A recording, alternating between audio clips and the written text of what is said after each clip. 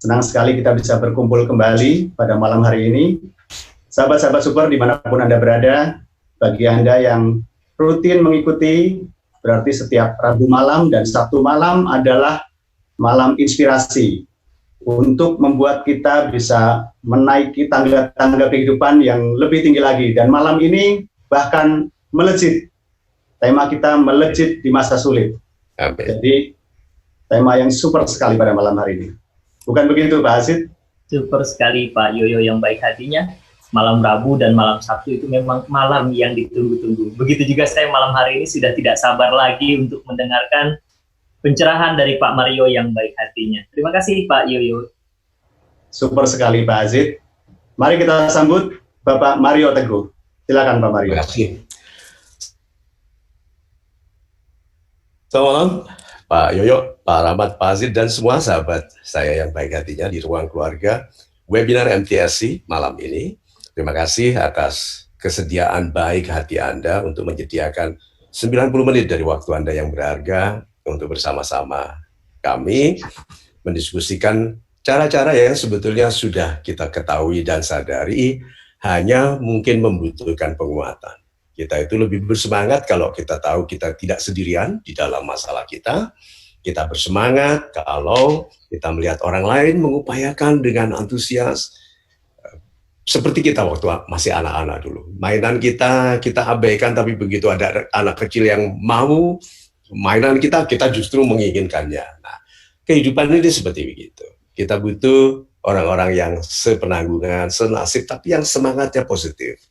Karena bergaul dengan pengeluh, orang-orang yang menyalahkan kehidupan, tidak melihat tanggung jawab pribadi, menular. Ya, karena sifat, sikap, perilaku itu menular. Yang saya sadari sebagai anak muda dulu, kalau saya sedang naik angkot begitu, melihat ke bis sebelah, di bis sebelah ada orang menguap, apa reaksi kita Pak Aziz kalau melihat orang menguap? Ikut menguap Pak. Itu dia. Nah, di masa yang tidak mudah ini, saya betul sulit, tapi juga tidak sesulit itu karena banyak orang yang bisa. Nah, kita harus melihatnya bahwa kita itu diuntungkan dengan keadaan yang sulit ini supaya kita tegas meninggalkan yang tidak perlu. Jadi masa yang sulit itu kalau dulu datar begitu perjalanannya, sekarang oleh Tuhan dibuat naik. Nah, karena dibuat naik, bawaan-bawaan itu ditinggal.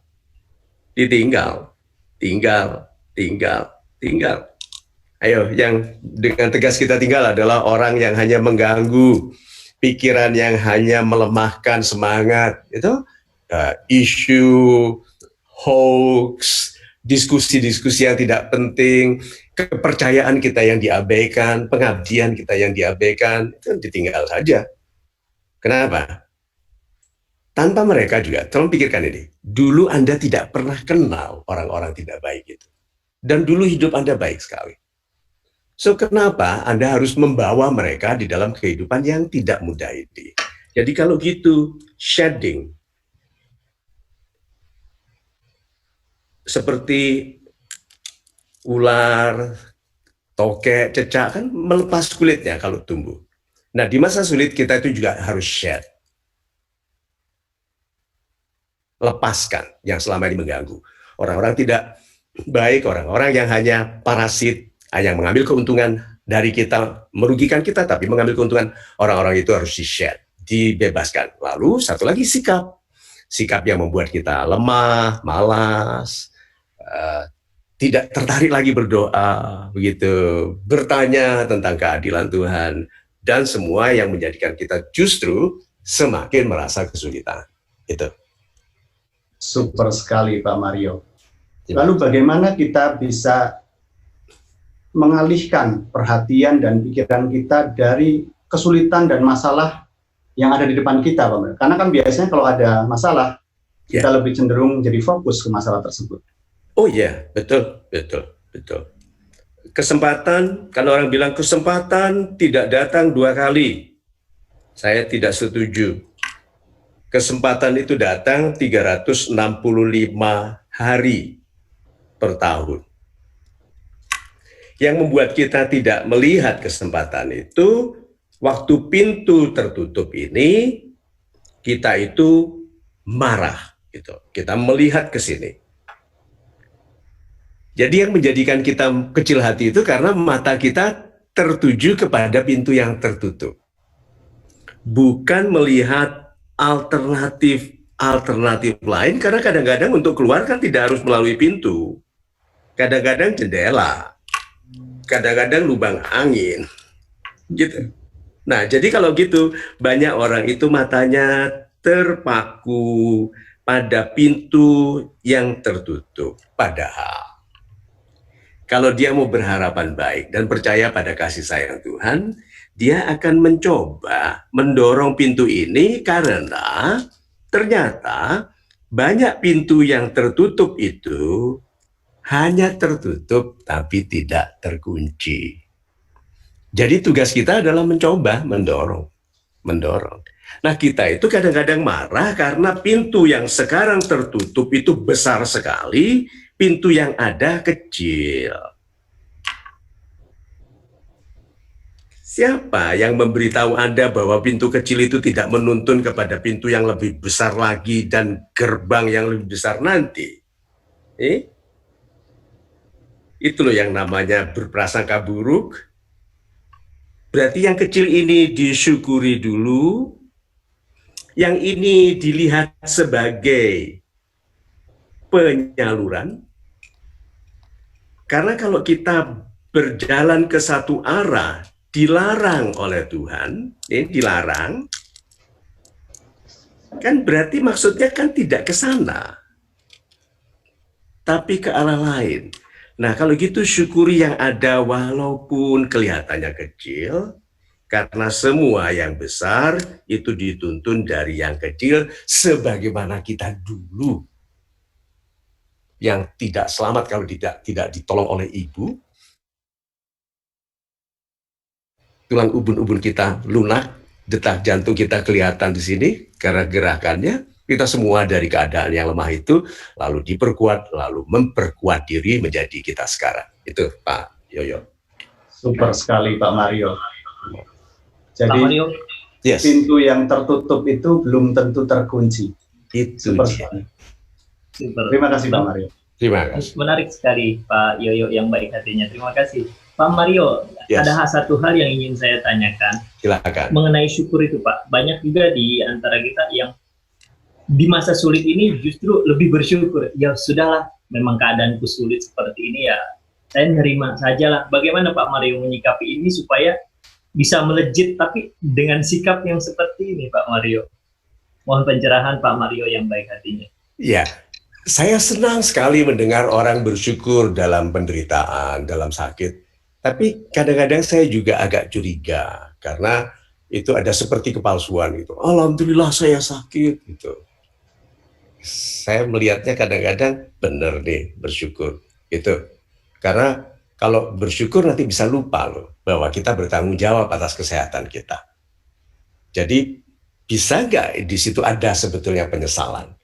Mungkin aku, karena kan Tuhan katakan keburukanku itu karena aku, kebaikanku karena aku. Nah, masa keburukanku yang menjadikanku sakit kok langsung disyukuri ya, tidak ada introspeksi ya. Gitu.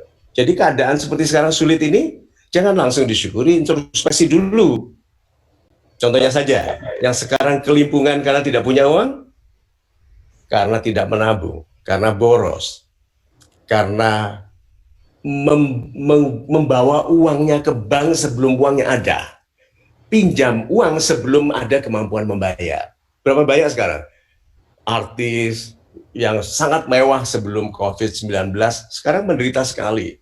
Karena mereka mencadangkan kemampuan membeli dari pendapatan yang belum terjadi. Istilahnya bringing your money to the bank gitu, before even there is money.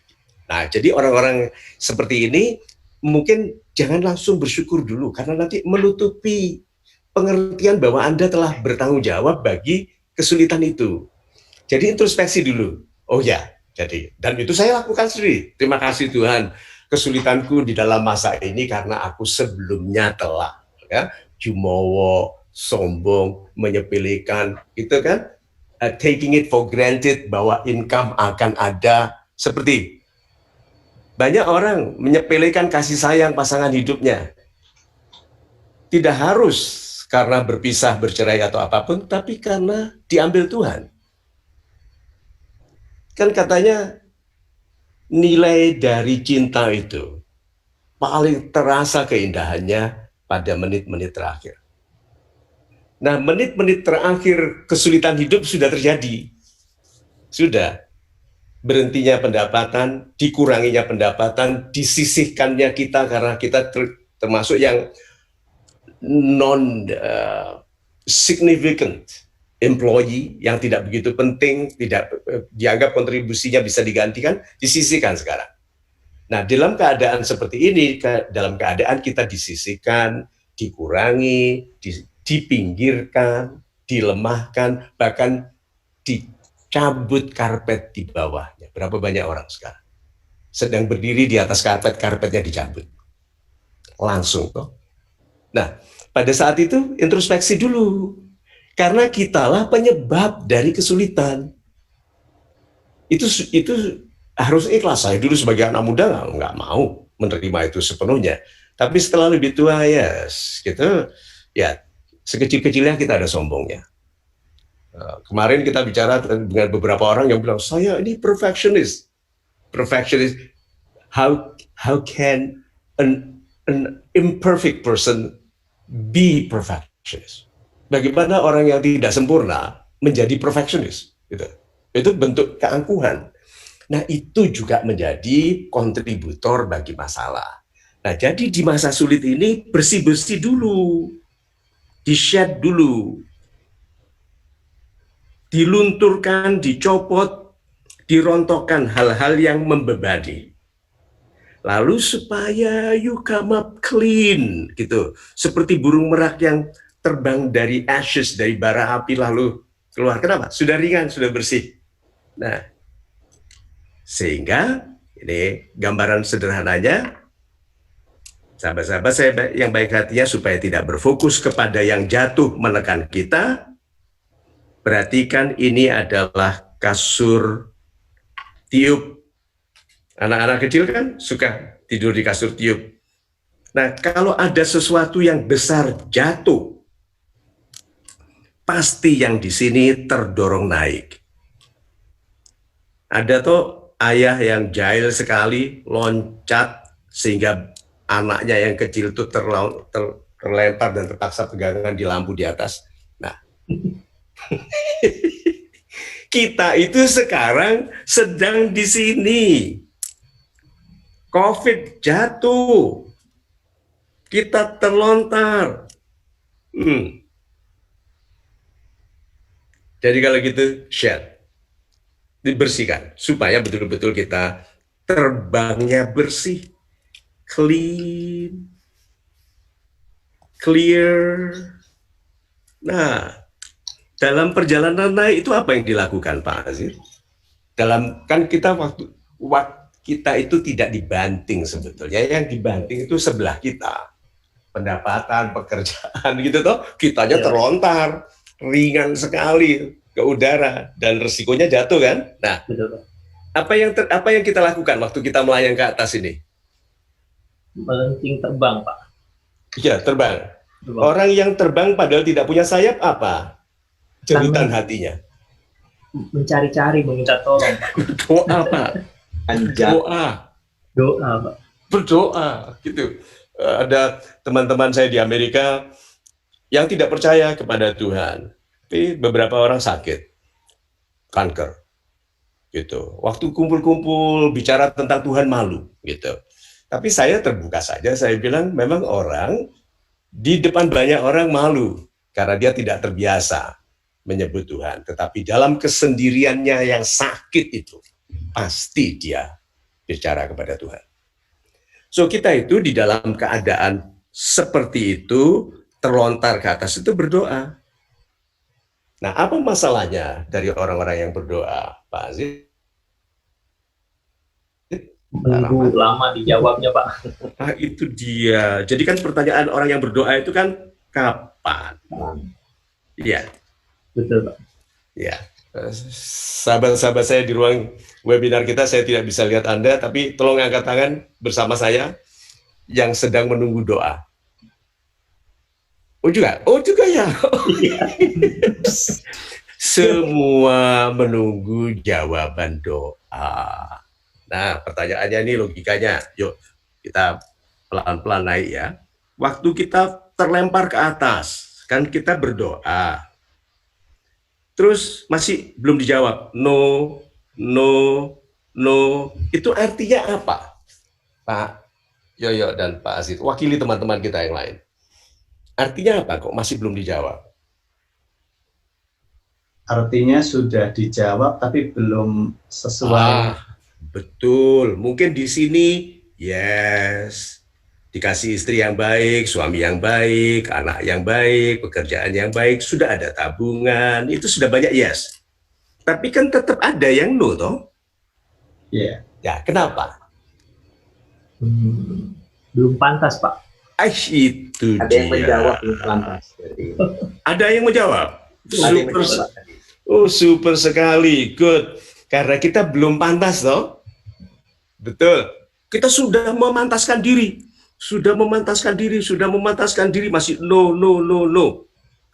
Nah, orang waktu memantaskan diri, apa yang terjadi dengan kualitasnya? Bertambah baik.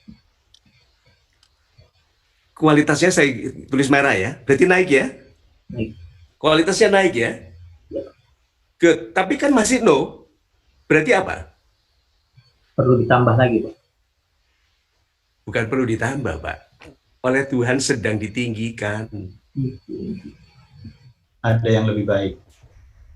Kita itu doanya belum dijawab itu bukan karena kita rendah. Kita sedang ditunggu. Kita itu dalam perjalanan naik.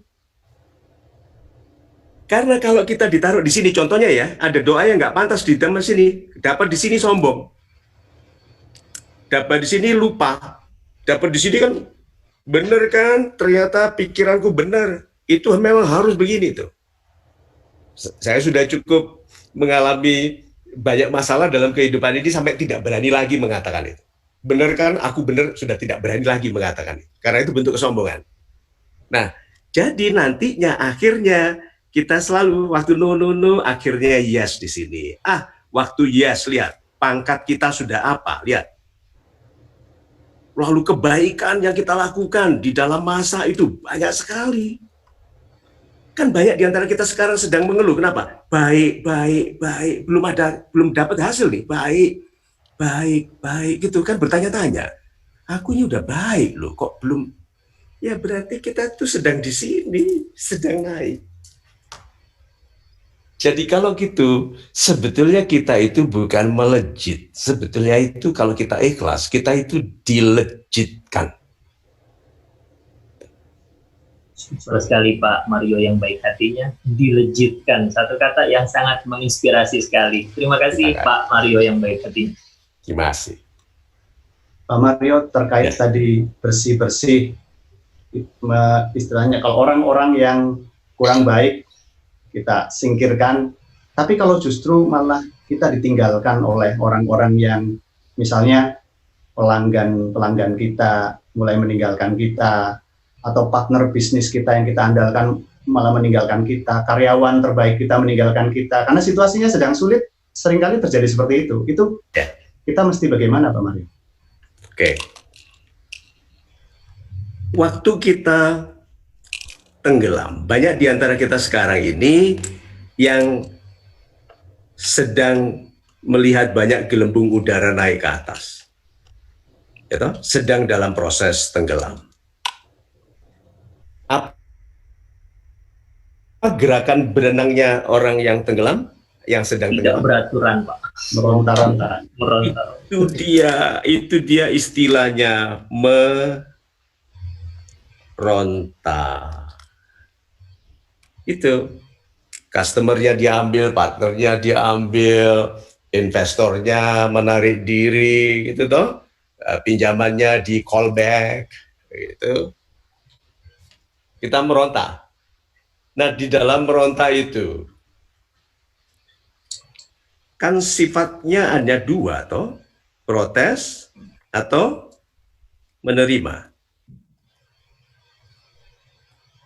Mana yang istilahnya keadaannya ini tadi negatif semua sudah diambil. Di antara sikap 1 dan 2, mana yang lebih menyelamatkan diri, menyelamatkan kita? Yang kedua.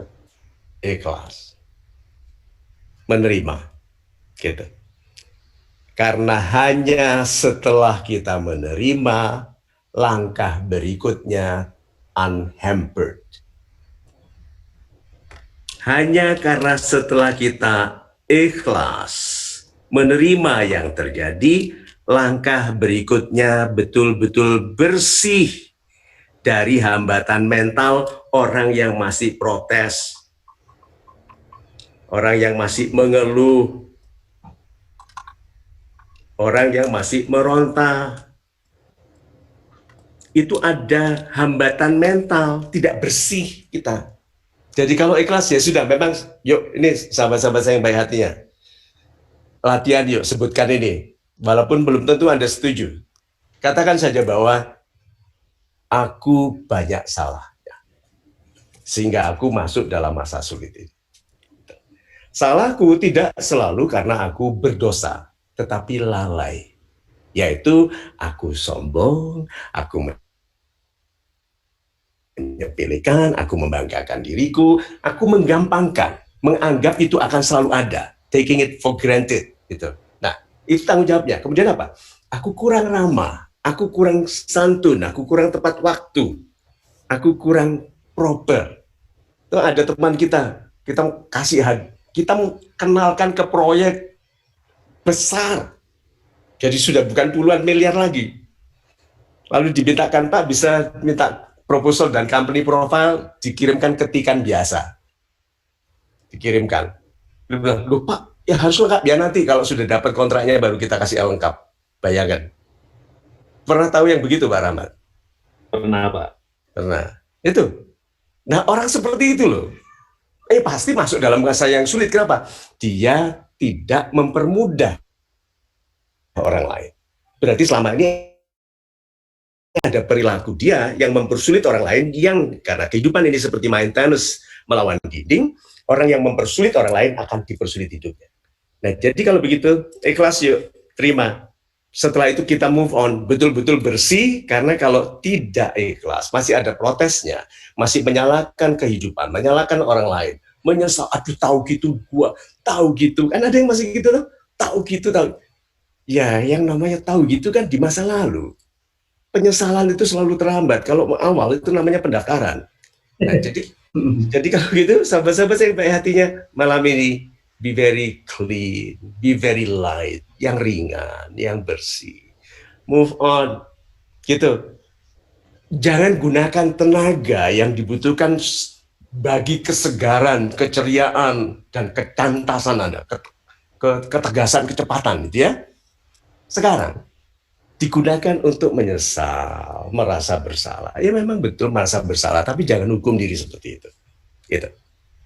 Super sekali Pak Mario. Jadi kita perlu ikhlas. Nah lalu setelah ikhlas, sikapnya apa ini Pak, supaya bisa melejit Pak? Gini, kita ini, saya ambil warnanya yang biru. Kita ini kan sebetulnya balon air. Balon air itu kalau ditekan di satu sisi, jadi bentuknya berubah, di sisi lain menggelembung. Kalau orang Jawa bilang mencotot itu. Ya kan? Yang orang yang stres dan rusak kehidupannya sekarang, ada loh. Padahal kita sudah beberapa bulan toh masa COVID ini. Sebagian orang sudah pulih dalam artian mentalnya sudah masuk ke new normal, tapi dia masih melawan sehingga patah karena dia menolak ini berubah. Dia menolak ini berubah. Sehingga patah-patah. Nah, patah-patahnya ini apa? Contohnya, lebih pemarah, lebih sering bertengkar dengan keluarga. Saya punya teman yang per malam ini masih bertengkar sama istrinya dan mengkhawatirkan cara bertengkarnya. Oke, tapi saya tetap menyapa dengan ramah, dengan santun. Karena dia menolak ini dan saling menyalahkan. Bayangkan kalau suami istri saling menyalahkan. Nah, sahabat-sahabat saya tahu kehidupan saya dengan Ibu Lina, kami di sini. Dan kami mengajak, ayo Pak Yoyo, ayo Pak Rahmat, ayo sahabat-sahabat Rebuan, sahabat-sahabat pemilih jiwa, ayo kita ke sini yuk. We don't know. Rezeki Tuhan kan tersebar di muka bumi. Kalau kita tidak menuju ke arah yang lebih positif, kita tidak dapat kesempatan untuk memperbaiki kehidupan. Itu Pak Yoyo. Super sekali Pak Mario. Terima kasih atas pencerahannya. Pak Mario yang baik hatinya. Bagaimana Pak di tengah himpitan dan tekanan di masa sulit ini kita bisa berpikir lebih jernih untuk dapat menemukan potensi atau peluang yang bisa menjadikan kita melejit, Pak Mario. Mohon pencerahannya Pak Mario yang baik hati. Oke.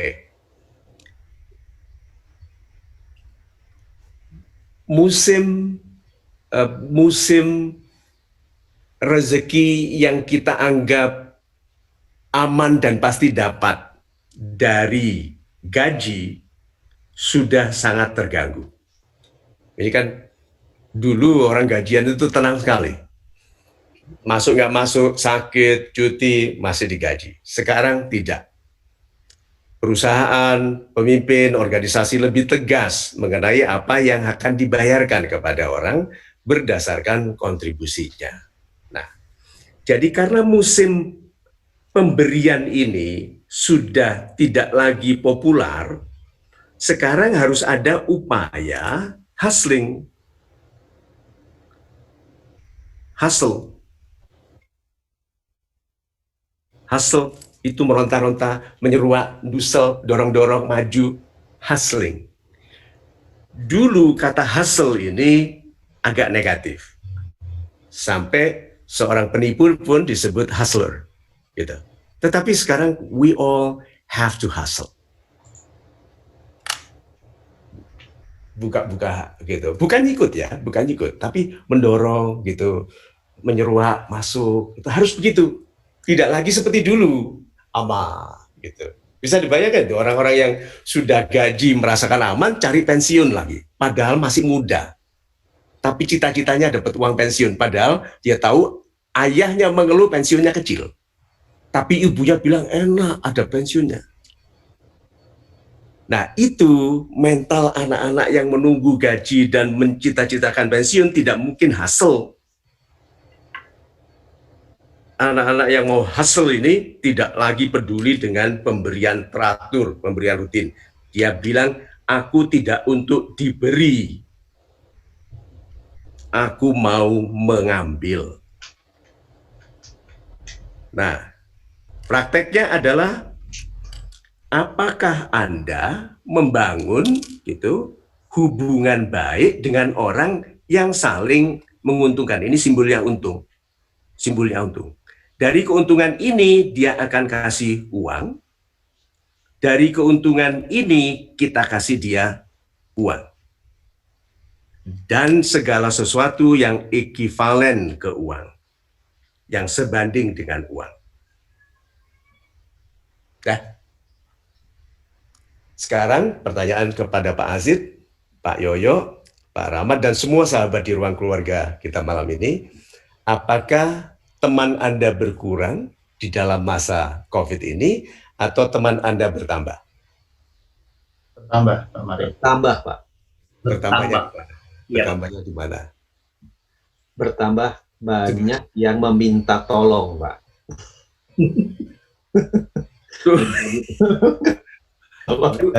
Dari komunitas kita juga bertambah. Itu dia, sudah tahu kenapa kita dirikan komunitas pemulih jiwa, kenapa kita dirikan komunitas Rebuan, kenapa kita laksanakan webinar yang dipromosikan ke ribuan orang. Walaupun belum tentu datang ikut webinarnya, tapi sudah kenal dan tahu kita. Karena rezeki Tuhan itu disalurkan melalui hubungan. Nih, Maka saya heran sekali, ini kalimatnya sederhana tapi ini quote yang penting, saya heran sekali apabila orang mengharapkan rezeki dari Tuhan tapi malas bergaul. Bagaimana bisa bergaul seharian rebahan? Hanya menghayalkan kekayaan. Lalu kepada wanita dia bilang, aku ingin wanita yang menerimaku apa adanya. Padahal wanita hebat selalu mencari laki-laki yang pantas dihebatkan. Dan yang pantas dihebatkan itu yang sangat terhubungkan dengan orang lain. Nah, setelah ini saya akan jawab tentang simplicity and connectivity. Ada pertanyaan dulu dari Pak Rahmat, dari Pak Aziz, Yoyo dan Pak Aziz. Silakan, Pak. Super sekali Pak Mario yang baik hatinya. Terima kasih atas pencerahan Pak Mario. Terima kasih, Pak. Pak Mario yang baik hatinya. Jadi sikap-sikap apa Pak Mario yang perlu kita miliki supaya kita bisa melejit di masa sulit ini Pak Mario? Sebelum saya jawab itu Pak Dana bertanya ini, salam super kenapa peserta tidak banyak yang tampak ya Pak Mario? Di webinar memang tidak ditampakkan Pak. Jadi webinar itu, ini Pak panelis jadi traffic director Pak Rahmat, 2 panelis yaitu moderator 1 dan moderator 2 Pak Aziz dan Pak Rahmat, Pak Yoyo dan Pak Aziz, lalu saya narasumber pembicara. Yang lain ratusan ini peserta itu tidak ditampilkan karena ada format meeting itu semua ditampilkan. Bisa dibayangkan kalau sekitar 700 sampai 800 orang ditampilkan. Belum lagi noise mereka. Gitu. Belum ada yang tidak cancel, belum di sebelahnya ada pangkalan motor yang suka ngetes knalpot. Tuh. Coba bisa dibayangkan. Nah, jadi di format webinar memang dibuat senyap supaya lebih enjoyable, lalu memang tidak ditampilkan kecuali nanti kalau kita ada pertemuan khusus di mana Pak Dana dan teman-teman bisa ditampilkan. Bisa tampil di sebelahnya Pak Yoyo dan Pak Aziz. Nah, pertanyaannya lagi Pak Yoyo. Iya, Pak Mario.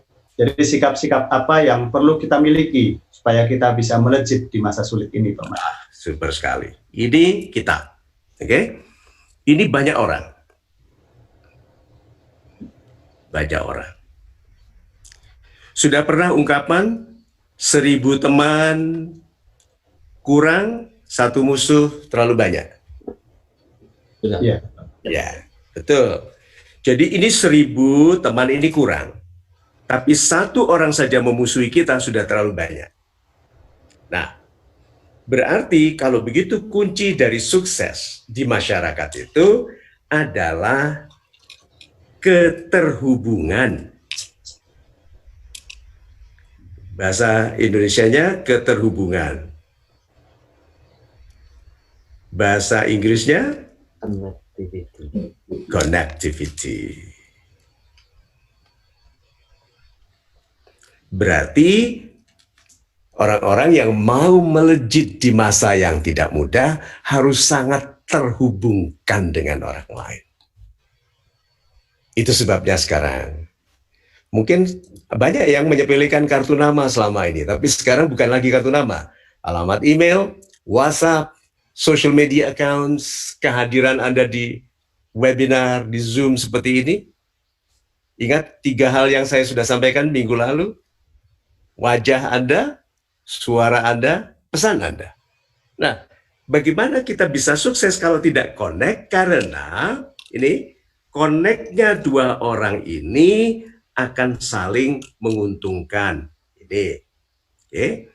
Nah, supaya bisa connect ke banyak orang, setiap orang itu harus sangat sederhana.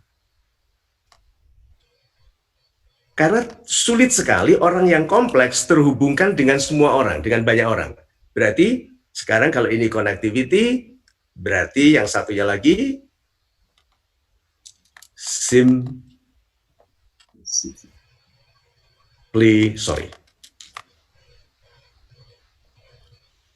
Berarti 2 sikap utama di masa ini sekarang adalah simplicity dan connectivity.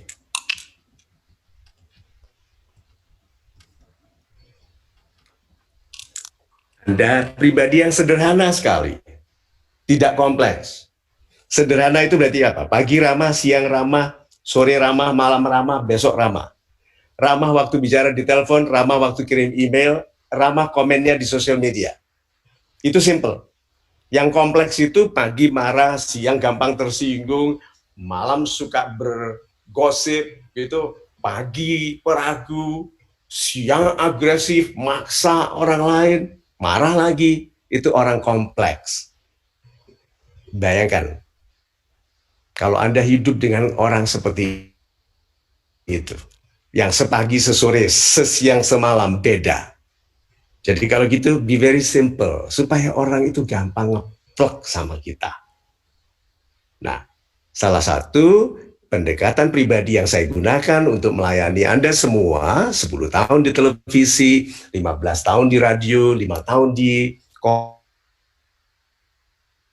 koran itu adalah kesederhanaan pribadi. Saya pastikan pribadi saya sangat sederhana. Mudah untuk Anda mengerti bahwa saya ramah, saya santun, saya menghargai pendapat Anda, saya menghormati kebutuhan Anda untuk dipentingkan, itu sederhana sekali. Lalu connect, kenapa? Karena saya menggunakan bahasa yang Anda mengerti, saya mengerti bahasa Anda, saya mengerti sekali kebutuhan Anda untuk hidup sejahtera. Dan saya akan dihargai kalau saya berperan bagi kesejahteraan orang lain. Jadi kalau gitu, dua, sikap paling sederhana tapi paling kuat di masa yang sulit adalah kesederhanaan pribadi dan tingginya kualitas keterhubungan kita. Itu Pak Rahmat, Pak Yoyo, dan Pak Aziz. Super sekali Pak Mario. Simplicity and connectivity. Rasanya itu sesuatu yang seharusnya mudah dilaksanakan oleh banyak orang jika memang mau melejit di masa yang sulit ini. Super sekali Pak Mario. Terima kasih. Terima kasih, setuju sekali Pak Yoyo yang baik hatinya. Lalu Pak Mario mohon izin, bagaimana jika ditarik pengertian ini ke dalam bidang usaha Pak? Apa anjuran Bapak bisnis di masa yang sulit ini? Mohon pencerahan Pak Mario yang baik hatinya. Terima kasih banyak Pak Aziz. Saya mohon karena nanti urutan dari kalimatnya bisa loncat-loncat karena ada beberapa kategori di dalam menjawab pertanyaan mengenai keberhasilan sukses, saya tolong dijaga ingat pertanyaannya ya Pak Aziz ya. Baik, Pak Mario. Mau, selama orang mau, dia akan mampu. Begitu kita pesimis, langsung kurang mampu. Begitu takut, kurang mampu. Kalau orang mau, mampu. Mampu itu karena ada dua, memampukan diri atau dimampukan. Itu saja. Orang-orang yang lebih mandiri, yang lebih mapan pribadinya, lebih terdidik, lebih banyak di dalam kehidupannya. Orang-orang yang masih muda, orang belum berpengalaman, belum fasih, banyak di. Itu sebabnya yang muda ngabekti kepada yang lebih tua. Karena yang tua ini memampukan dirinya dan memampukan yang muda memampukan yang lebih tua, yang senior di dalam perannya sebagai pendukung.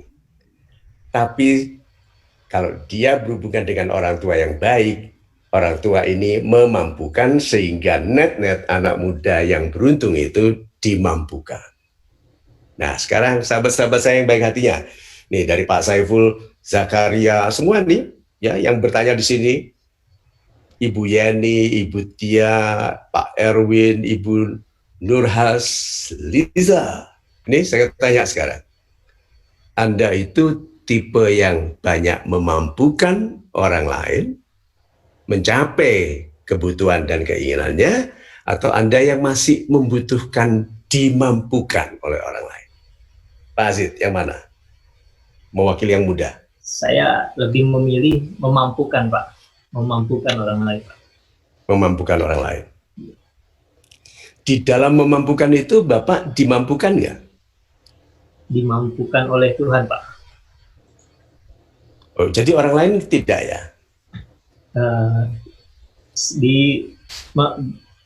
Iya, Pak. Dimampukan juga, Pak. Dimampukan juga, Pak.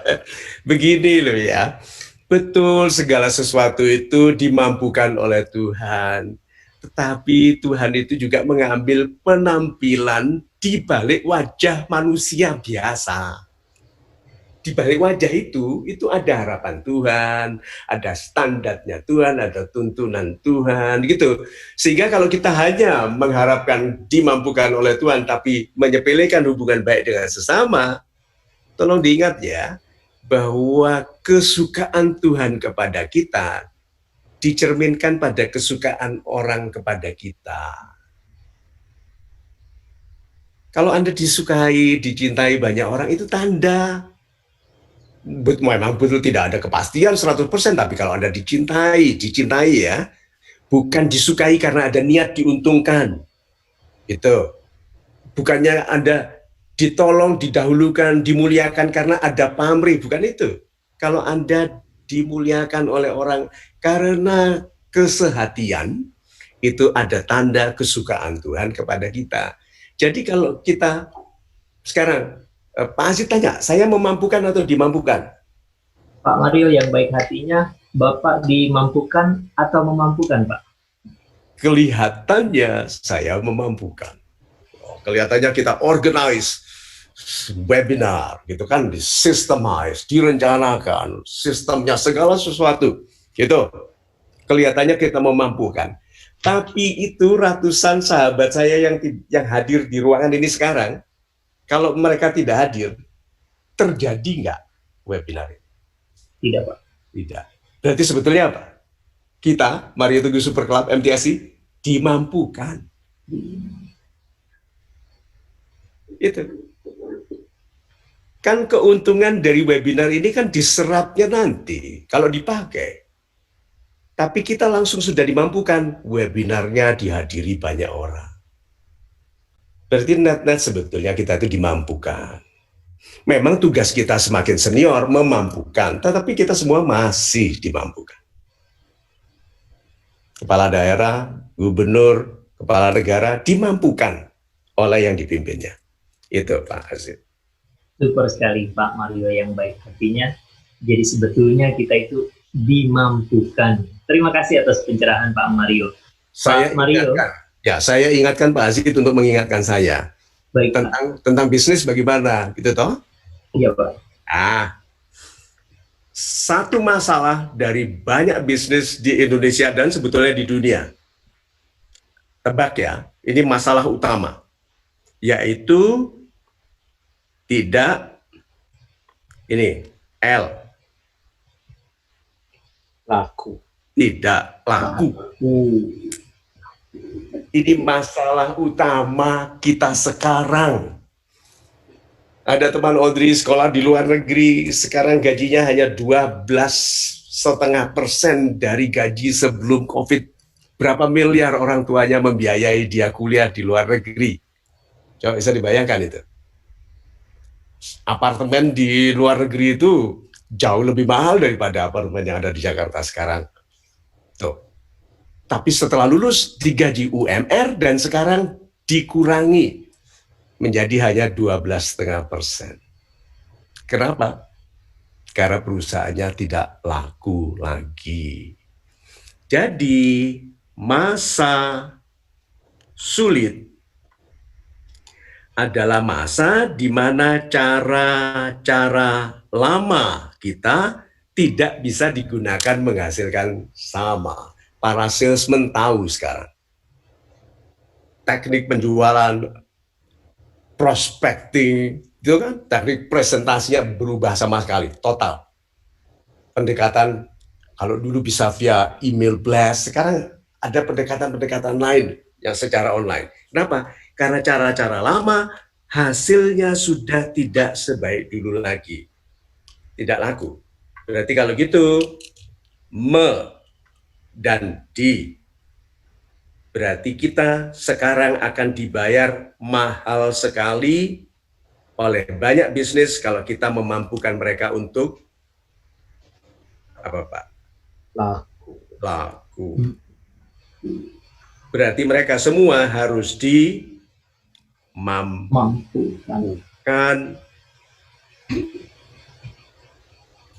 Jadi kita semua harus saling memampukan satu sama lain. Karena setiap orang perlu dimampukan dan yang memampukan orang lain.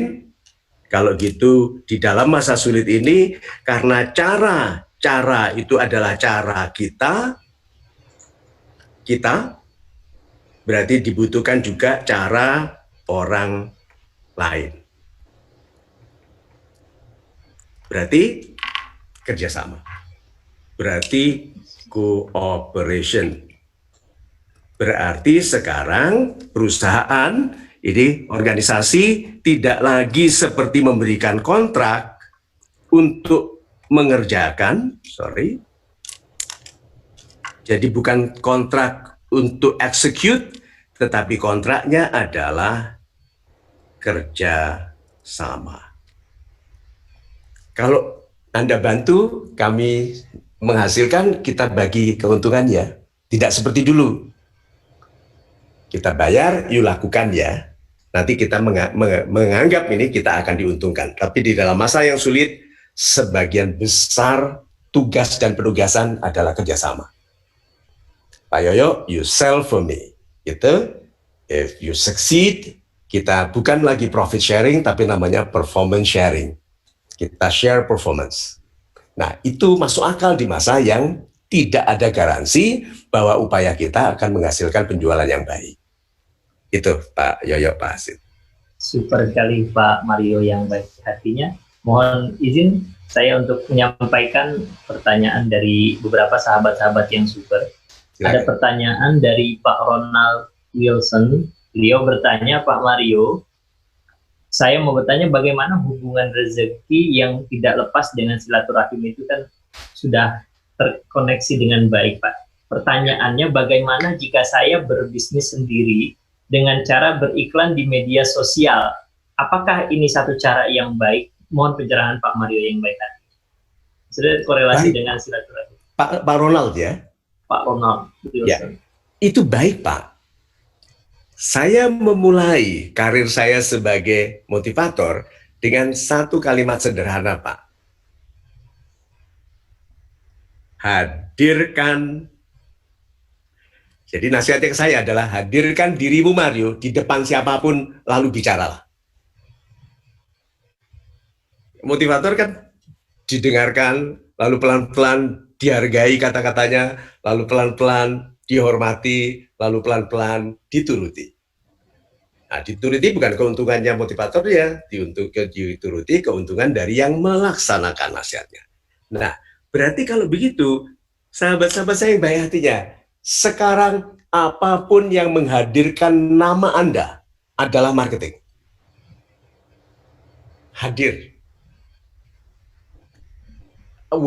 di WhatsApp group, hadir dalam webinar, apalagi kalau ada meeting, bukan webinar kan di mana attendinya tidak kelihatan, tapi pada meeting hadir. Kemudian di antara yang hadir itu ada yang nyaman bagi kita, ada yang tidak. Ada yang pemarah loh, di WhatsApp group baru didirikan, baru diundang, marah. Karena postingnya, ada orang posting tidak menjawab dia, tapi postingnya bertentangan dengan idenya, marah. Berarti apa? Dia itu tidak membuat orang lain nyaman. Nah, ini saya mau sampaikan bahwa kalau Anda hadir, dan hadir ya, kata-kata yang penting adalah Anda itu harus sering hadir. Harus sering hadir, karena nama Anda, tiga ya, kan wajah Anda ada namanya, suara Anda ada penghormatan, ada kelas. Dari suara itu, karena suara itu kan menyuarakan bahasa. Bahasa adalah pembeda kelas. Saya ulangi ya, wajah Anda ada namanya. Saya teruskan, nama adalah alamat ditujukannya kebaikan. Kok bisa orang sembarangan dengan namanya? Dia aja deh. Gitu. Dia gunakan nama yang menyepelekan dirinya sendiri. Gitu. pepesan kosong. Gitu. Alamat emailnya. Kemudian demikian juga dengan akun sosial medianya. So, wajah Anda ada namanya, padahal nama adalah alamat ditujukannya kebaikan. Suara Anda itu menyuarakan bahasa, padahal bahasa adalah pembeda kelas. Berarti kelas pribadi Anda terdengar dari suara. Oke, lalu pesan. Pesan itu menunjukkan semua. Kepiawaian pemikiran Anda, keluasan pengetahuan, kedalaman pengertian, dan kebaikan hati Anda pada pesan. Nah, jadi kalau kita ingin membangun rasa nyaman di orang lain, kita itu harus sering. Jadi di sosial media atau dimanapun, saya senang sekali itu di WhatsApp grup kita, di Pemulih Jiwa, di Rebuan ada yang rajin, bilang amin, kalau ada yang berdoa, terima kasih, super sekali. Pelan-pelan sudah dikenal namanya. Dan ini bagi sahabat-sahabat saya di komunitas-komunitas kami ya, Anda perhatikan. Apakah nama Anda sudah saya add sebagai kontak saya? Saya tidak selalu beritahu. Kalau nama Anda sudah ada dalam konteks saya, berarti nama saya sudah ada sebagai kontak Anda saya anggap nyaman. Tuh. Itu tanda. Dan itu tanda penghormatan. Nah, nyaman ini karena sering diperhatikan baik.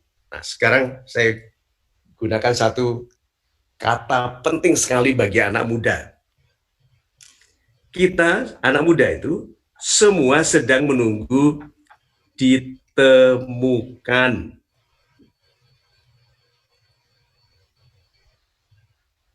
Pak Ilham, Ibu Vera, Pak Torik, Pak Imam Muhasan, Ibu Rana, Pak Inung Takamori, wah, beautiful name.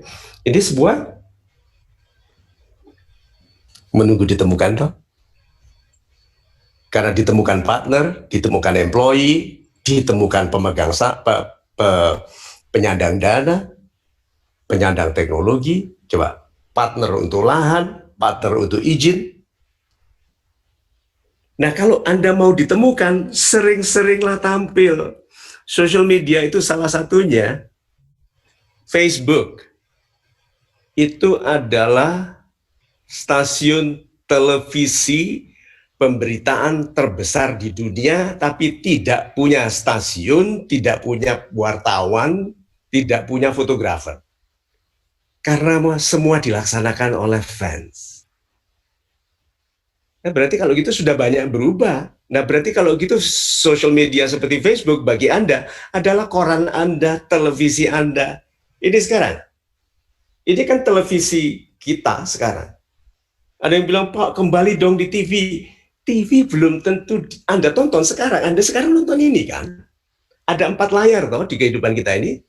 Layar TV, layar laptop, layar tablet, layar handphone. Yang paling kecil ini handphone, itu 93% orang aktif di internet itu di handphone.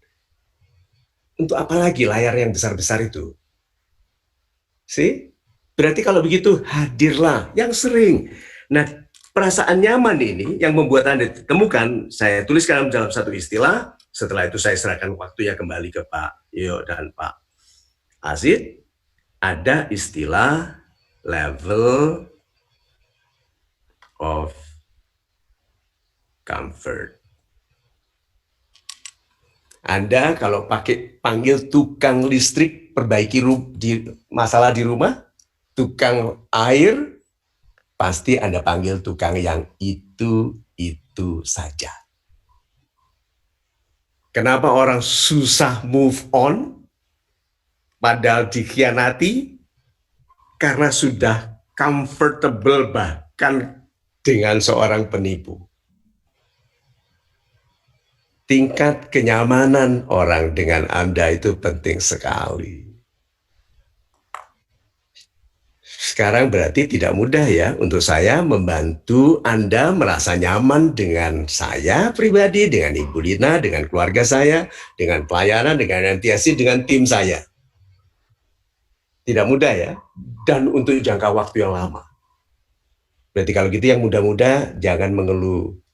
Kalau Anda bilang, Untuk sukses butuh waktu, Mario setuju. Untuk gagal sama waktunya.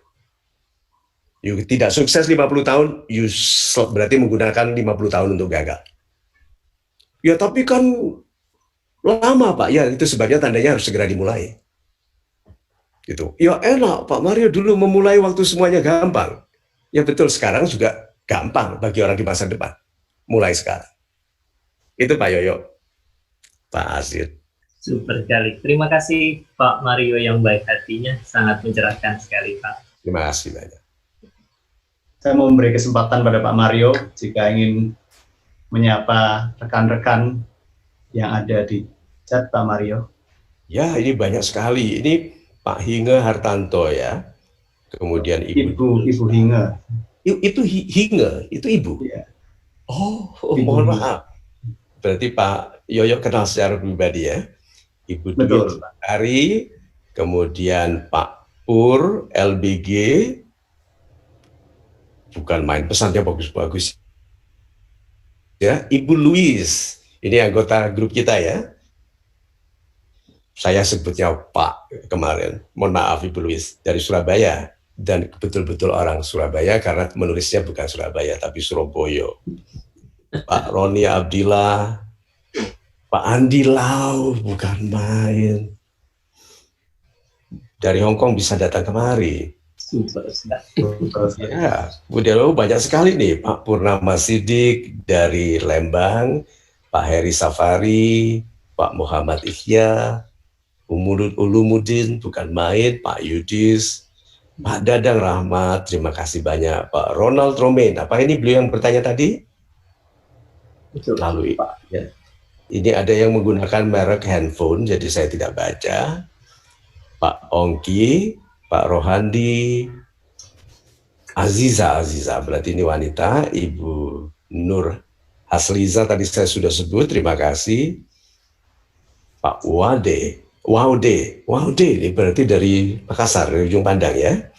So, banyak sekali nih Pak Yoyo, Pak Azid, Ibu Sabina, ya ratusan, bisa dimengerti. Pak Adi Irfan.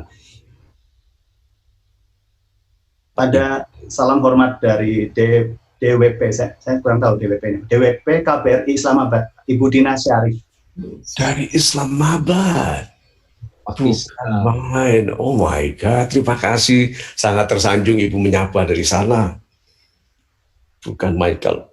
Yang lain-lain ini bukan berarti tidak penting, tapi karena banyaknya ya, Pak Aidil Iqbar, Ibu Eti Hargianti, bukan main ya. Coba kalau nanti COVID ini betul-betul selesai, we are safe, kemudian vaksin sudah ditemukan, dan kemudian kekejamannya gitu dari virus ini sudah turun atau sudah dihapus oleh Tuhan. Bayangkan indahnya kalau kita bisa bertemu ya. Ini dia dari KBRI Islamabad. Terima kasih banyak Ibu Dina, Pak Rido Parulian, ini sahabat dari Palembang, Super Bang Iya, Pak Tony, Pak Deli, Pak Randy, bukan baik. Pak Imam Ratriyoso itu siapa ya? Pak Rebuan, Pak. Pak ini moderator satu untuk forum Rebuan. Jadi salah satu my main man gitu, salah satu orang penting. Oke. Ibu Melia, Pak Ronald tadi ya, Pak Muhammad Fadil. So, saya serahkan waktu sekarang kembali kepada Pak Azid, Pak Yoyo, dan mohon maaf kepada yang nama indahnya tidak saya sebut karena banyak sekali, tetapi tidak berarti nanti malam tidak saya baca. Saya biasanya santai setelah webinar, baca satu-satu sambil bilang alhamdulillah, terima kasih Tuhan. Engkau hadirkan orang-orang ini sebagai sahabatku. Karena doa saya dulu, saya waktu naik haji tahun berapa itu? 10 tahun yang lalu. Saya bilang, Tuhan kirimkanlah orang-orang baik yang engkau sentuh hatinya untuk menjadi sahabatku dalam pekerjaan melayani sesama. Gitu. Super sekali Pak Mario.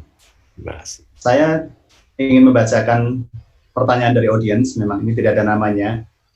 Namun pertanyaan ini menarik karena menurut saya bukan hanya anak muda, dia di sini beliau mengatakan baru berumur 22 tahun. Tapi sebenarnya saya rasa pertanyaan ini juga bisa berlaku untuk yang lebih senior.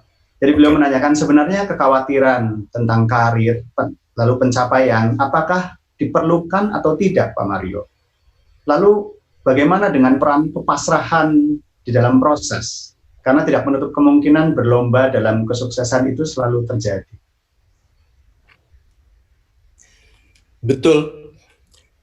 Tidak ada namanya tadi yang bertanya ya. Tapi memang kehidupan ini isinya itu perbenturan dan kontradiksi. Ya. Isinya itu perbenturan dan kontradiksi. Anak muda itu disebut muda karena hatinya masih menjadi cauldron, menjadi bejana high temperature, tempat dileburnya baja. Oke, jadi cauldron. Nah, jadi anak muda itu selalu kegelisahannya karena ini, yaitu kontradiksi dan perbenturan. Siapapun yang masih punya perbenturan dan kontradiksi di dalam dirinya belum sepenuhnya matang. Aku maunya berbisnis sendiri, tapi itu perbenturan atau kontradiksi? Berbenturan, Pak. Perbenturan. Aku itu sangat penderma, gitu. Tapi jangan dong, rugi dong nanti. Ini kan punyaku, gitu. Aku ingin berbagi, tapi jangan gitu dong, nanti kurang aku. Apa itu namanya? Kontradiksi. Kita itu begitu. Berbaktilah kepada Tuhan, pokoknya serahkan semua hidupmu. Tapi jangan menghina saya begitu ya, gitu. Hormati saya, gitu. Lihat tuh, kontradiksi dari berserah sama mau mengontrol seluruh dunia. Kita mau berserah kepada Tuhan tapi mau menjadi polisi moral dunia. Ada loh. Saya itu juga anggota WhatsApp group dari beberapa kelompok lainnya, bahkan senior. Itu ada sekelompok orang sangat senior, isinya marah tiap hari. Coba lihat tuh. Mungkin betul gelarnya tinggi-tinggi, jabatannya tinggi-tinggi, tapi mereka penuh dengan kontradiksi dan perbenturan, belum matang. Apalagi sudah usianya menjelang pensiun, dan sebagian sudah pensiun. Kan WhatsApp group itu usianya bisa diketahui dengan banyaknya berita duka. Banyaknya berita duka. Iya, hampir setiap hari ada berita duka. Itu berarti sudah senior sekali kan? Nah, tapi masa di kelompok yang senior tiap hari marah? Gitu. Tidak bisa dengan betul melihat ketidakadilan, tapi kita bilang, ya kita nasihatkan saja ke lingkungan kita agar tidak terpengaruh oleh ketidakadilan itu. Juga kita jangan lagi berpihak kepada yang tidak adil. Kan begitu tuh kalau orang tua, ini enggak marah. Nah, sahabat-sahabat saya yang baik hati ya, kalau 22 tahun Anda sudah damai, you are an adult. You're a mature person. You're a well-developed person. Kalau sudah tidak banyak perbenturan, tidak banyak kontradiksi. Tapi yang menjadikan kita jadi itu adalah ini, dibentur-bentur, ditempa seperti pedang, ditarik-tarik seperti karet, sampai akhirnya ketemu bentuknya. Nah, jadi saya sudah tidak muda lagi, saya mudah-mudahan sudah lebih damai dengan keadaan saya. Ini hasil dari perbenturan dan kontradiksi. Banyak sekali kontradiksi yang sampai orang menyebut saya tidak konsisten. Banyak sekali berbenturan dalam diri saya sampai orang melihat saya tidak damai. Jadi pribadi yang banyak perbenturannya tidak damai. Pribadi yang banyak kontradiksinya tidak konsisten. Dan sifatnya anak muda apa? Tidak damai, tidak konsisten. Berubah pendapat, berubah rencana, gitu toh? Yang tua berubah pendapat, berubah rencana, ya, tapi bukan mengubah prinsip Orang tua itu kalau berubah metode. Anak muda berubah prinsip, metode bisa tetap, dia tuh apa, marah, ngeyel, bantah, itu kan rebahan, itu metodenya sama. Prinsipnya berubah-berubah, tapi orang dewasa tidak. Orang dewasa itu prinsipnya stabil, kepemimpinan, kejujuran, pengabdian kepada keluarga, pengabdian kepada sesama. Yang berubah metodenya, marah kepada wanita hamil, marah kepada laki-laki yang lebih tua, tuh beda-beda. Nah, jadi kalau gitu sahabat-sahabat saya yang baik hatinya, ya pembicaraan kita ini tidak lepas dari pengembangan pribadi, karena pribadi yang mapan, yang kuat, yang damailah, yang selamat di dalam keadaan yang tidak mudah. Gitu. Super sekali Pak Mario. Tadi kalau dikaitkan dengan yang pasrah itu bagaimana Pak Mario? Apakah kita boleh pasrah-pasrah saja Pak Mario? Saya mau sebutkan kalimat quote-nya ya. Siap mencatat Pak. Pasrah adalah ilmunya orang hebat. Kenapa? Karena dia sudah berilmu.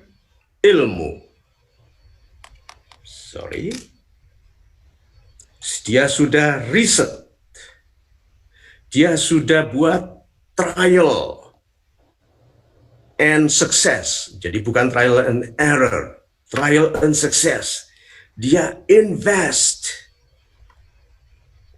in the best technology, in the best method, in the best people, in the best organization. Dia invest, oke?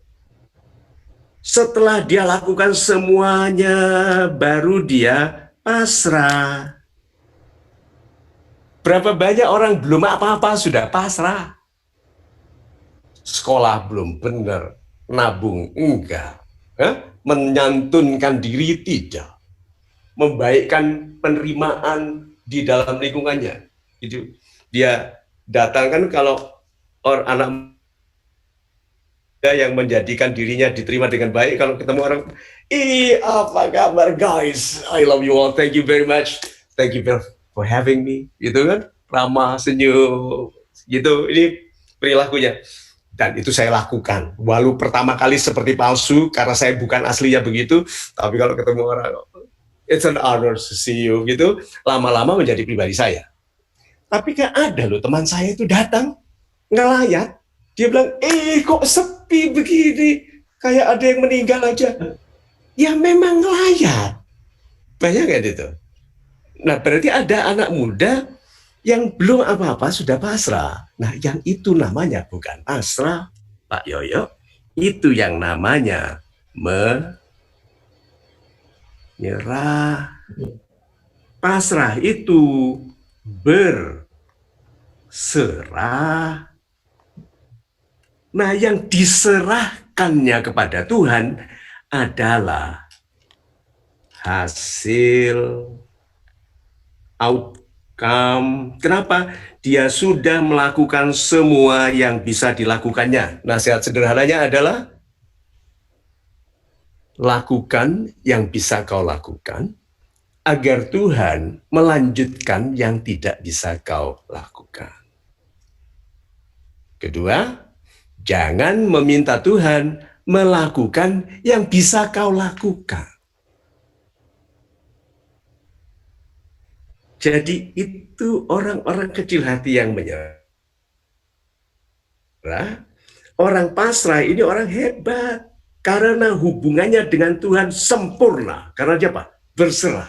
Orang berserah itu telah mengambil tanggung jawab atas apa yang bisa dilakukannya dalam kesabaran dan ketabahan. Bedanya kesabaran dan ketabahan. Ketabahan adalah kesabaran dalam tindakan. Kesabaran itu bisa diam satu saat, ketekunan itu kesabaran yang berlanjut. Nah, jadi kalau begitu pasrah. Terima kasih banyak Pak Yoyo. Pertanyaannya baik sekali, sehingga penjelasannya lebih dalam. Berarti di dalam masa yang sulit seperti ini, bukan menyerah, tapi pasrah. Bukan pasrah dalam pengertian yang menyerah tanpa upaya, tapi yang berserah. Karena menyerahkan hasil, karena semua yang bisa kita lakukan, sudah kita lakukan. Itu. Super sekali Pak Mario. Jadi memang kita perlu pasrah dalam konteks berserah, bukan menyerah.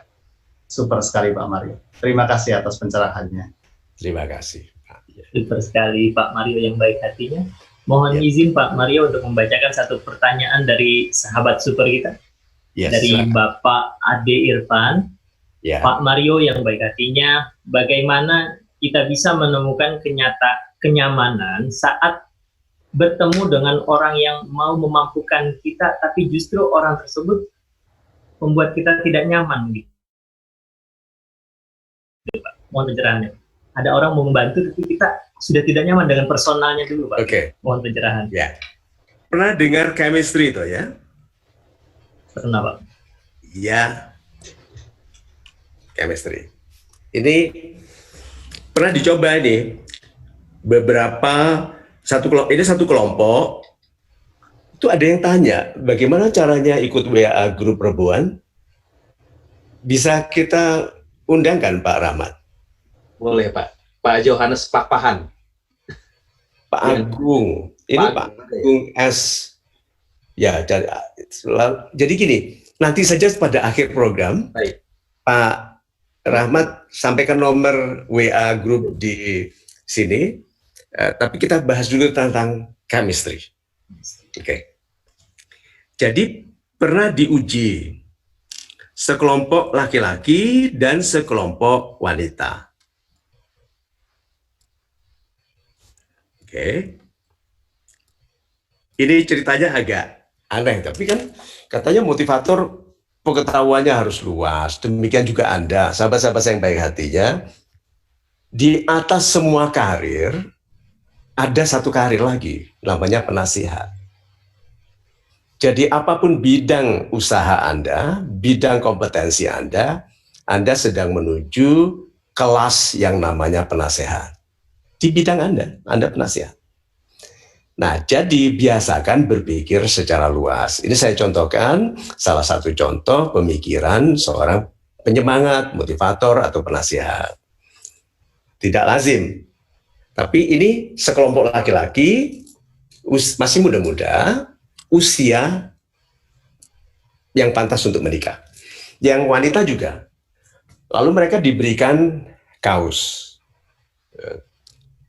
T-shirt putih, yang laki-laki ada logo bulat biru muda, yang perempuan pink. Suruh berolahraga. Setengah hari mereka berolahraga, berkeringat, lalu semua disuruh lepas kaosnya, dimasukkan ke tabung-tabung. Lalu jadi ini ada 1, 2, 3, 4, 5, 6, 7, 8. Yang di sini juga begitu. 1, 2, 3, 4, 5, 6, 7, 8. Disuruh milih baju dengan aroma keringat mana yang paling disukai. Aneh ya? Tetapi ini nyata. Jadi mereka, oh ini nomor aku paling suka ini. Wah, aduh ini gak tahan ini gitu. Oh ini apa makannya gitu kan. Terus udah tahu nggak? Ternyata mereka itu yang satu memilih satu, yang dua milih dua, tiga. Genetik make-up-nya. Yang kalau menikah secara genetis cocok. Jadi jangan sepelekan perilaku hewan, binatang yang saling mengendus itu loh. Ayo sekarang yang sudah menikah, yang istrinya suka mengendus-endus itu loh. Itu artinya cocok. Saya bisa lihat dari senyum dari jauh ini Pak Aziz, Pak Yoyo sama Pak Rahmat. Yang istri kalau suka mengendus-endus itu bukan mengganggu, itu kecocokan. Jadi chemistry itu ada secara biologis. Ada. Dan kenapa kita kalau dekat orang tentu merasa nyaman? Kenapa? Ada feromon.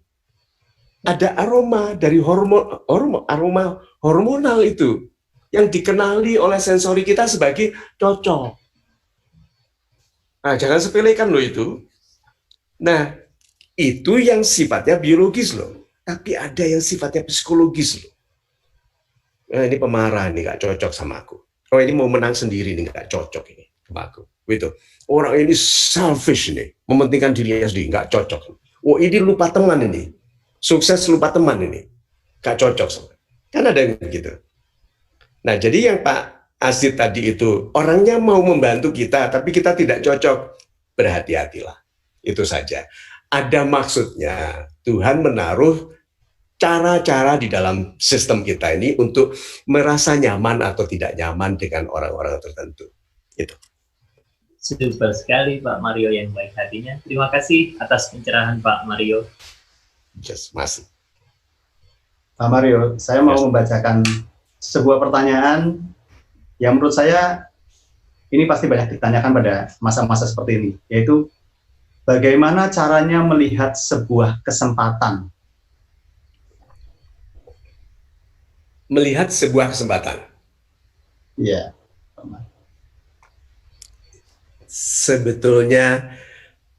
Sebetulnya mudah Pak Yoyo. Hanya jadi kita itu kan punya hati. Hati ini dibungkus oleh filter yang namanya pikiran. Ini hati itu mengenali kebaikan, karena hati ini adalah alarm. Ini alarm yang dipasang oleh Tuhan. Hati. Jangan sepelekan itu ya, kalau kita merasa tidak enak. Hati itu semakin murni kalau pikiran tidak terlalu campur tangan. Nah, siapa yang pikirannya belum mengganggu hati? Anak-anak. Itu dia. Jangan sepelekan suka tidak sukanya anak-anak terhadap orang-orang yang kita kenalkan loh ya. Jadi anak kita ramah ke orang tertentu, gelandot gitu. Ada anak kecil dikenalkan ke Ibu Lina, anaknya super member klub kita, tidak mau lepas sama dari Ibu Lina. Sampai mamanya bilang, nah ini mamamu, gitu. Enggak, tapi aku sama Bu Lina, gitu kan? Karena pikirannya belum macam-macam, belum berstrategi. Tapi kan ada anak kita kenalkan dengan orang tertentu, ketakutan, ngeri, menjauh. Karena anak-anak itu masih suci sekali, alarmnya masih efektif.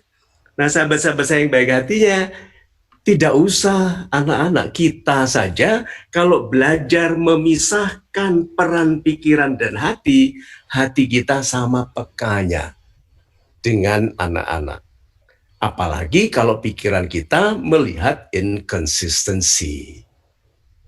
Orang yang tidak konsisten, orang berbohong, orang itu kita tahu toh. Nah, sistem alarm ini, yang namanya hati itu memberitahu kita siapa yang sesuai bagi kita atau tidak, karena bahkan Tuhan pun menggariskan bahwa yang berangkatnya dari hati sampainya ke hati. Itu maksudnya yang berangkat dari hati yang baik sampai ke hati yang baik. Tapi jangan sepelekan nilai dari kebaikan.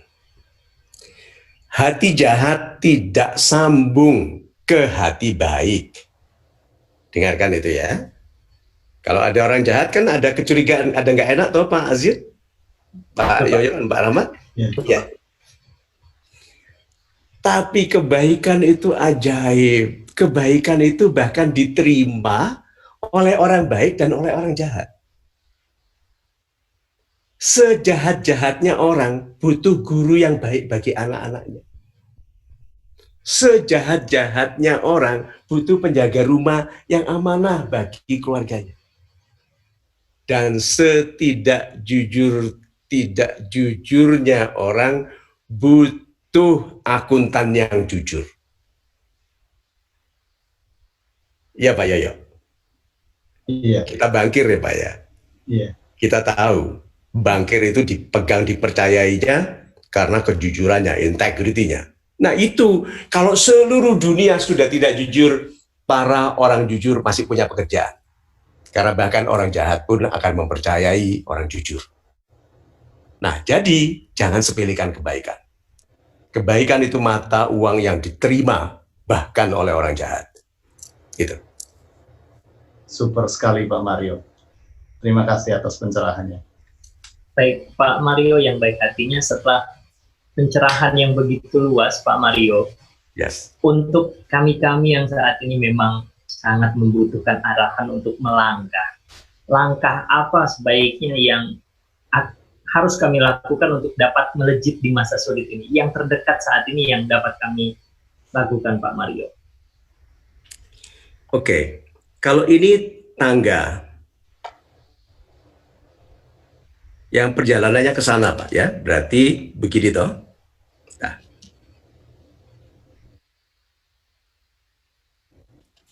Waktu melangkah naik itu, Pak Aziz, sebaiknya kita satu, mata kita ke sana, atau mata kita fokus ke langkah? Biasanya Yang mana? Lihat ke atas, Pak. Kalau saya lihat Atas. iya, Pak. Good. Apa resikonya kalau melihat ke atas? Tersandung, Pak. Ada dua. Rasanya bilang, wah si aduh gitu. Wah masih jauh gitu dong. Terus kedua, terpeleset pada langkah yang terdekat karena tidak fokus. Nah, kalau ke nomor 2, apa risikonya? Kalau hanya fokus ke langkah ini, Tidak tahu arah, Pak. itu dia. Padahal di sini belok. Kalau fokusnya di sini, ini tidak lihat loh. Dikiranya ke sini. Semua perencanaannya, investasinya, tabungannya digunakan untuk perjalanan ini.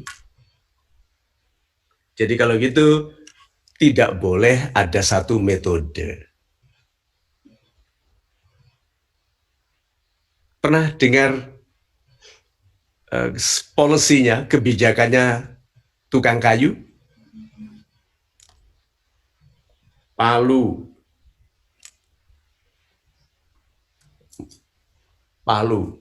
Dengarkan ini ya.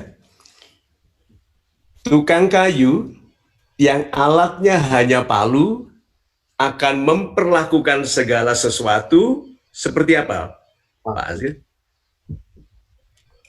Paku, Pak. Seperti paku. Ayo, ada tuh di antara kita yang begitu juga? Iya. Kaku. Ada orang kaku.